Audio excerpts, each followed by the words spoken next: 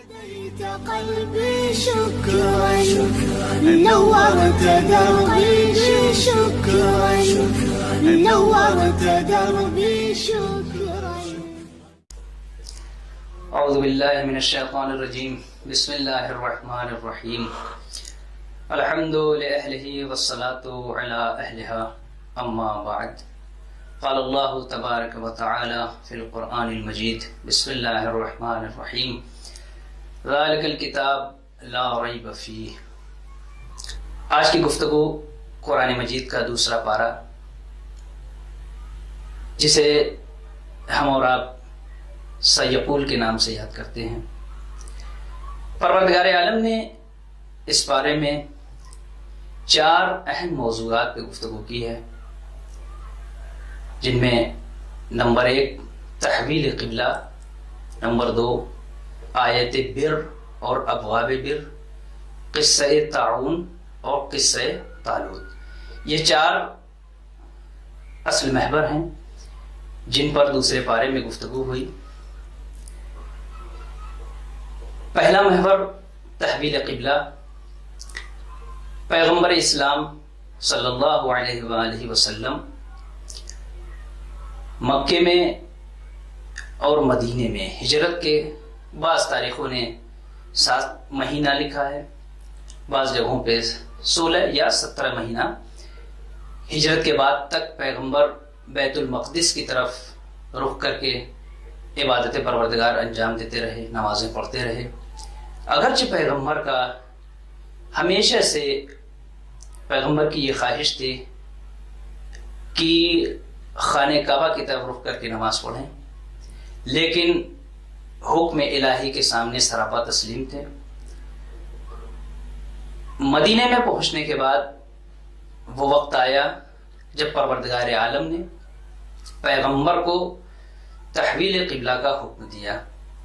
بلکہ تاریخوں نے لکھا کہ جبرائیل امین آئے، نماز ظہر کا وقت تھا، 2 رکعت پیغمبر پڑھ چکے تھے.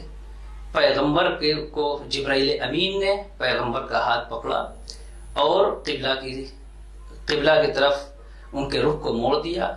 جو نمازی تھے بہرحال انہوں نے بھی قبلہ کی طرف رخ کر کے 2 رکعت نمازیں پڑھیں. دوسرا مسئلہ جو اس بارے میں بیان ہوا ہے آیت بر اور ابواب بر ہیں. آیت بر یعنی نیکی. لیس البر ان تولوا وجوہکم. سورہ بقرہ کی 177ویں آیت ہے. یہ آیت بظاہر مختصر ہے، لیکن اس آیت میں پروردگار عالم نے بہت سارے ابواب کو جو اعتقادی اعتبار سے یا عبادات، معاملات، معاشرت اور اخلاقی اعتبار سے تھے، پروردگار نے اس آیت میں بیان کر دیا ہے. آیت ہے لیس البر ان تولوا وجوہکم قبل المشرق والمغرب ولكن البر من آمن بالله واليوم الآخر والملائكة والكتاب والنبيين وآتى المال على حبه ذوي القربى واليتامى والمساكين وابن السبيل والسائلين وفي الرقاب وأقام الصلاة وآتى الزكاة والموفون بعهدهم إذا عهدوا والصابرين في البأساء والضراء وحين البأس اولئک الذین صدقوا واولئک هم المتقون. آپ نے دیکھا کہ کتنے ایسے احکام ہیں پروردگار عالم نے اس آیت میں بیان کر دیے ہیں کہ نیکی کیا ہے. یتیموں کا مال دو، ذوی القربا کے ساتھ محبت، اور یتیموں کا حق ان تک پہنچاؤ، وغیرہ وغیرہ اس آیت میں خداوند عالم نے بیان کیا ہے.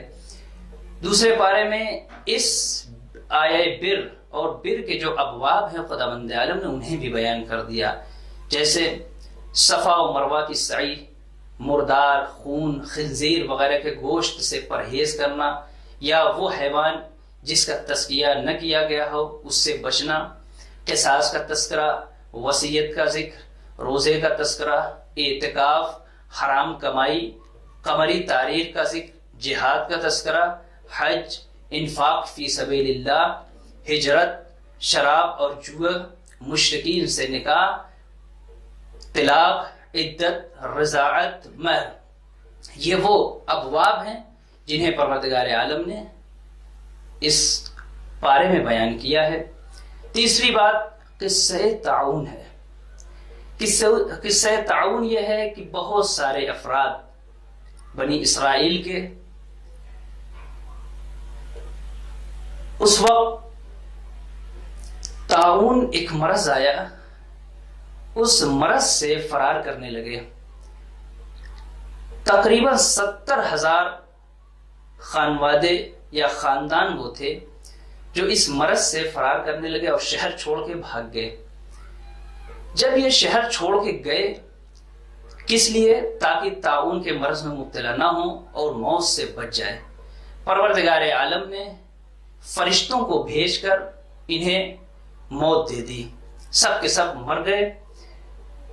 اس کے بعد جناب حزقیل جو جناب موسیٰ کے وصی تھے، پروردگار عالم نے ان کی دعا پر، جناب حزقیل کی دعا پر، انہیں پھر سے دوبارہ زندہ کیا، اور جب یہ زندہ ہو گئے، بہرحال خداوند عالم بتانا یہ چاہتا تھا کہ دیکھو، موت ایک ایسی حقیقت ہے کہ اگر آ جائے تو انسان کو جائے فرار اختیار نہیں کرنا چاہیے۔ جہاں بھی انسان ہو، موت سے فرار اختیار نہیں کر سکتا۔ البتہ خود یہ قصہ تعاون بہترین دلیل ہے رجعت کے اوپر۔ جو لوگ یہ کہتے ہیں کہ رجعت کا امکان نہیں ہے، کیسے ہو سکتا ہے کہ جو لوگ اس دنیا سے گزر گئے ہیں پروردگار عالم انہیں دوبارہ زندہ کرے، یہ خود قصہ تعاون بہترین دلیل ہے کہ جو خداوند عالم تعاون سے بھاگنے والوں کو موت کے بعد حیات عطا کر سکتا ہے، وہی جب امام کا ظہور ہوگا تو جو لوگ اس دنیا سے گزر چکے ہیں انہیں بھی حیات عطا کرے گا۔ اس کے بعد چوتھی بات یہ ہے قصہ طالوت۔ طالوت کا قصہ، جب جناب شمعون سے بنی اسرائیل نے 40 سال تک، جالوت سے یہ لوگ تنگ آ چکے تھے، ایک ظالم جابر بادشاہ تھا، جناب شمعون سے بنی اسرائیل آتے ہیں اور آنے کے بعد کہتے ہیں کہ آپ پروردگار عالم سے دعا کیجئے کہ ہمیں ایک ایسا کمانڈر دے دے کہ جس کے ذریعے سے ہم جالوت پر فتح حاصل کر سکیں اور اس کو پسپا کر سکیں۔ جناب شمعون نے چنانچہ دعا کی، اور دعا کے نتیجے میں جناب طالوت کو پروردگار عالم نے ان کا رہبر بنایا، اور ان کے ذریعے سے انہوں نے جالوت کے اوپر فتح حاصل کی اور اس کے شر سے نجات پا گئے۔ یہ وہ اہم باتیں اور اہم محور ہیں جن کو پروردگار عالم نے پارہ نمبر 2 میں بیان کیا ہے۔ والسلام علیکم ورحمۃ اللہ وبرکاتہ۔